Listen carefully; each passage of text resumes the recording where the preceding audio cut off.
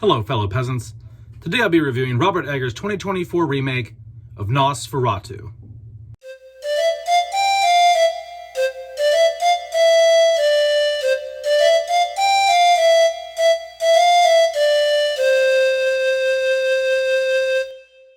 Okay, guys, so I went and watched Nosferatu. I've never seen the original. I've got it on DVD. Never watched it, so I went into this not expecting anything, not knowing what to expect, nothing. So, so it's directed by Robert Eggers, stars Bill Skarsgård, Willem Dafoe, Lily Rose Depp. And what's it about? Well, basically, it's about this guy who gets an opportunity for the firm he works at to go to seal the deal for a sale of a mansion. But he has to go to Transylvania. He has to travel, take a pilgrimage through the forest and the mountains, and travel to this count's home, Count Orlok's home, to seal the deal. And when he gets there, he realizes nothing is what it seems. It's more than he bargained for. And not only that, the Count is life-threatening, and he comes back to Thomas's hometown to wreak havoc and steal his wife. So he's like, wow, really shouldn't have took this job. So basically you have a situation where you've got this creepy vampire count who's madly in love with this other man's wife, and he's willing to kill people to do it, and whatever. So what did I like? What did I not like about Nosferatu? What I liked first and foremost is the cinematography. Okay, this is with any of Robert Eggers' films.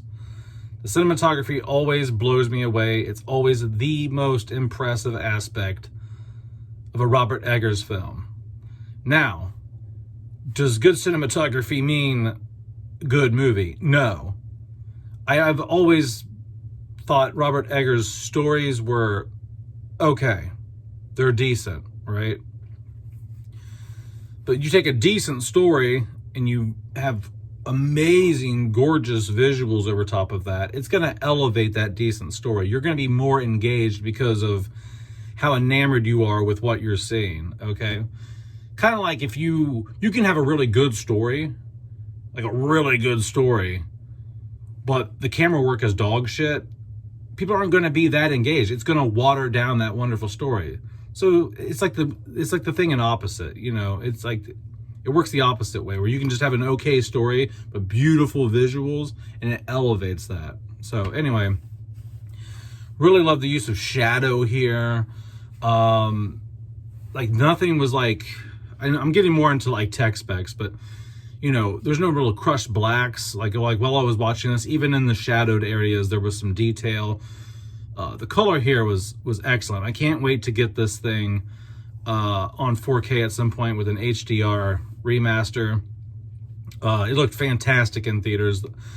The next thing I like is the set pieces, the authentic 1838, because this takes place in Germany in 1838, and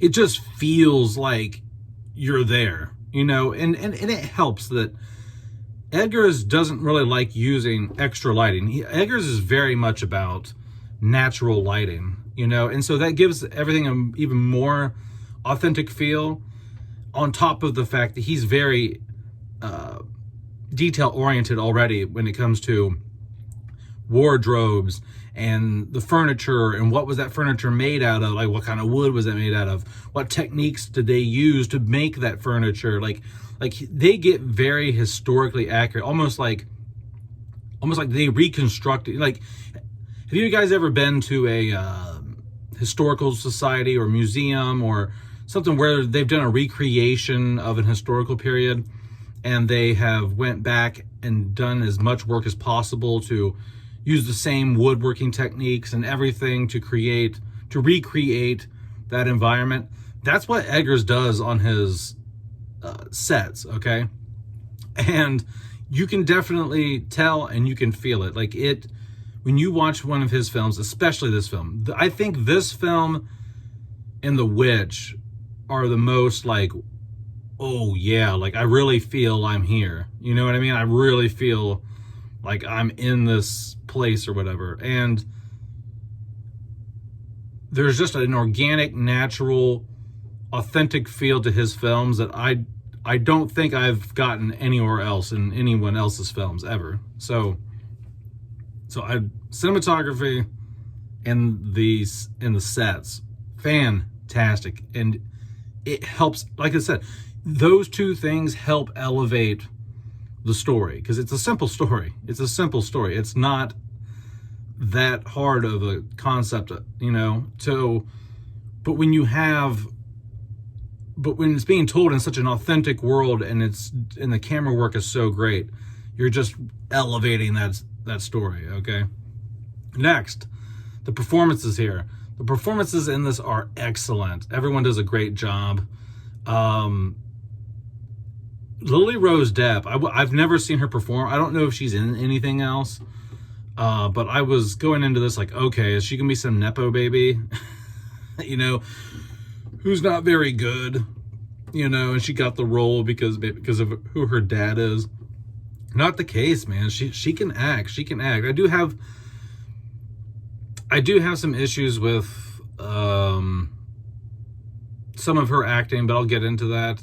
But I don't know if that's because of her or it's just, yeah, I'll get into it.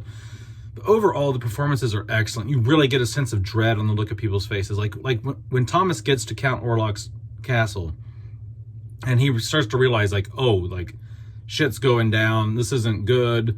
There's something off with this guy. The look of dread on his face it's just very authentic. Like you're just like, wow, this guy's actually terrified. He's like sweaty and throughout the film, everyone gives a great, believable performance. There were some reviews I read beforehand that said, I feel like I'm watching a cheap stage play. I didn't really see that. I was looking for it because of those comments, but I didn't see anything that felt cheap or overacted to me. Minus one thing that I'll get into, but other than that, I didn't feel like I was watching some stage production or something like that. The horror elements, like I said in my out of theater reaction, man, Count Orlok is creepy in this. He's creepy in this. Now, was I ever scared in this movie? I've never been scared of a film. Okay, so you're talking to the wrong guy if you're looking for someone who's ever been genuinely terrified of a movie. Like a movie has never terrified me or made it to where I can't sleep at night. Like, but this is Robert Eggers' most unnerving, unsettling film. This is Count Orlok is the creepiest character that Robert Eggers has shown on screen. Like The Witch wasn't this creepy. The Mermaid wasn't this creepy. The bad guy in The Northman wasn't that creepy. Count Orlok in this, there's a scene in this. I'm not going to tell you when or where it happens. You know what I mean? Like, I'm not going to let you know at what point in the story it happens. But there's a scene in the castle where Thomas, you know, one of the main characters, Ellen's husband, is getting chased by Count Orlok, and you're just like, get the fuck out of there. It's creepy, man. It's creepy. And I was genuinely surprised how scary they were able to make Count Orlok, okay? Like, didn't think I was going to be tense, you know, but I was tense. I was like, this guy's creepy as shit. Like, get the fuck out of there. Get out of that castle, dog. What else did I like? I know I mentioned the cinematography and the sets, but the gothic imagery, my God, the gothic imagery, just like that 1800s Victorian dark, like, you know, it just has that, like, this movie's so fucking metal. You know, it's just so gothic and just like, it's like Edgar Allan Poe, like just very like poetically gothic and dark. Like they could not have got a better dude to direct this. Like this is like Robert Eggers' thing. Like Robert Eggers was like born to direct Nosferatu. Okay, just the look and the feel of the film, and the feel of the film is very haunting. Like the whole film just has a haunted feeling. Like the whole time you're watching the film, you just know that there's this thing lurking in the background. There's this undertone of just like, I don't know how to describe it, but you're just kind of, you're just off the whole movie. You're just unsettled, and there's never a moment where you're not looking at something creepy or feeling something creepy. So I really appreciated that. They nailed the goth 1800s Edgar Allan Poe vibe for real. Just that poetic dark shit.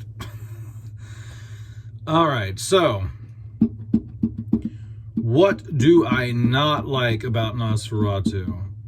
Without getting into too many details, okay, because some of the things I don't like about this are spoilers. So I'm going to be posting my spoiler review after this. So go watch the movie and then come back and watch that. Because I don't want to spoil it for you. So here we go. By the way, I'm not going to get into spoilers here. It's my next video that's spoilers. What I did not like is some of the convulsions that Ellen has, Lily Rose Depp. She has some of these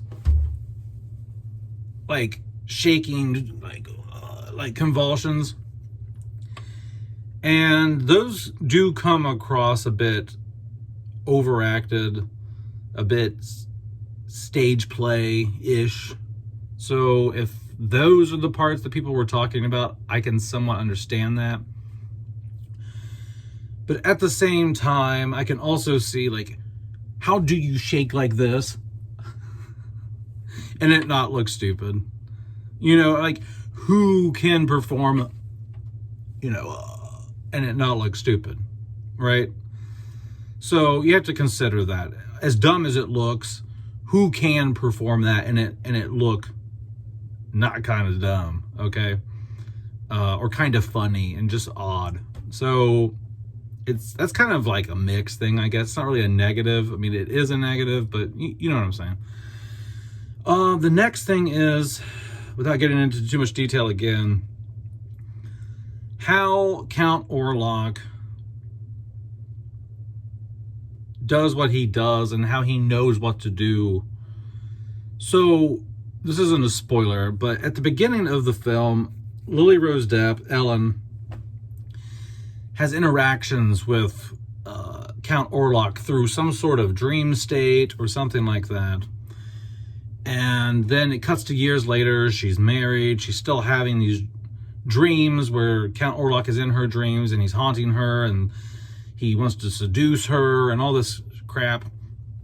And then her husband goes off to do a sale at the castle with Count Orlok, because Count Orlok wants to buy this mansion or whatever. Okay, and then Count Orlok is like, oh, he gets the locket from Thomas, and he's like, oh, lilac. And then like from that, he knows that his wife is Ellen, I guess. And then he's like, oh, I'm going to go back. I'm going to go back to that town and I'm going to get her. And part of my thinking is, it's just like, I'm just confused, because if he has the power to go after her now, why didn't he just go after her when he first found her? If he's some sort of demon vampire thing that randomly connected with this young girl back in the day, why didn't he use his powers all these years to just go get her then? Why did he need to wait for her husband in the future to come sell him a house to go, oh yeah, that chick? And I guess he hasn't even forgot about her, because he's like in her dreams every night talking to her and stuff. So it's very interesting. And like, it's also like, what's the odds that her husband is the one to go sell him this house? You know, and I don't know, it just seems like a lot of, I get it. It's supernatural stuff. It doesn't have to make sense, but it's just kind of like, if you have the magical powers to go kidnap some chick and you're a bad guy, you wouldn't wait years to do it. You would just probably go do it. You wouldn't wait for her husband to come sell you a house to go, oh, well, now that you come and sold me this house, now I'm going to go back to town and get her. I don't know. Something just seemed like why now? Why, you know? You know, so without getting too far into that, there's more issues I have with all that, but I'm not going to get into because it spoils some things. But that's about it, really. I mean, just some of the shaking looking bad, you know, and the inconsistencies in what his powers actually are and how he chooses to act on them or not act on them is just like inconsistent and doesn't make a whole lot of sense. And so those are my negatives. But all in all, guys, I really, really, really like the film. And I said in my out of theater reaction yesterday, like, I think The Northman's still my favorite. And I'm reconsidering that right now. So I'm going to eventually do a Robert Eggers film ranking, okay? And I'm still chewing on it. I don't know if I like this or The Northman more right now. I know I said yesterday I barely like The Northman a little more. But the more I think about it, the more I chew on it, I don't know. They're kind of like in a dead tie, like they're neck and neck or something. So I'm gonna think about it a little more, and then I'm gonna do a Robert Eggers ranking after I do my spoiler review for this. And but that's about it, guys. I really dug it. I liked it. It was very engaging, very haunting, very well acted. Looked gorgeous. It looked like every frame of the fucking movie looked like a painting. But that's it, guys. That's my thoughts on 2024's Nosferatu. Go check out my spoiler review once it's posted, and have a good one, peasants. Peace out. Bye-bye.